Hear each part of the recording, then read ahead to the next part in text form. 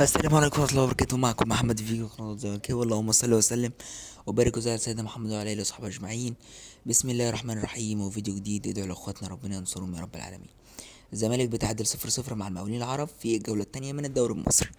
مباراة الصراحة الزمالك كان مش على المستوى المطلوب، اللي كان المفروض انت تبدأ بيه الدوري، لان مخصوص ان انت بادئ الدوري منافس قوي جدا، عامل صفقات مهمة عندك، مطالب لانك تحاول ان انت تحافظ على ان انت تكون منافس على الدوري، تحاول ان انت تقرب تأهل لدوري ابطال افريقيا. فلذلك كل ماتش وكل فوز مهم جدا جدا جدا، وعندك مباريات صعبة جدا جدا، لذلك لازم تركز على الفوز.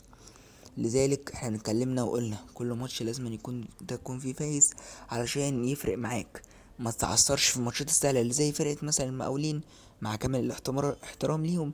لكن في فرق كتير لازم انت تخطف معاهم الفوز، عشان خاطر هيجي عليك ماتشات كتير ممكن تضيع فيها النقاط المهمه، مهمه قويه جدا جدا للزمالك الحصول على الدوري، لان انت السنه دي مطالب بكل شيء ان شاء الله باذن الله.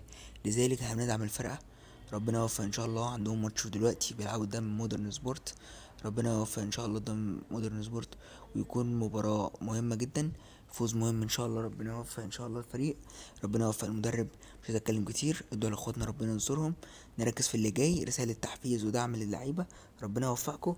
والنهارده ان شاء الله بعد المباراه يكون في ماتش، في نتكلم عن الماتش باذن الله، او ينزل الفيديو على بكره بكتير ان شاء الله. خليكم معانا، دعموا الفرقه، ربنا يوفق الفريق ان شاء الله. ادعوا لاخواتنا ربنا ينصرهم ان شاء الله. اللهم صل وسلم وبارك على سيدنا محمد وعلى اله وصحبه اجمعين، ويا رب التوفيق. شكرا جدا لحضراتكم.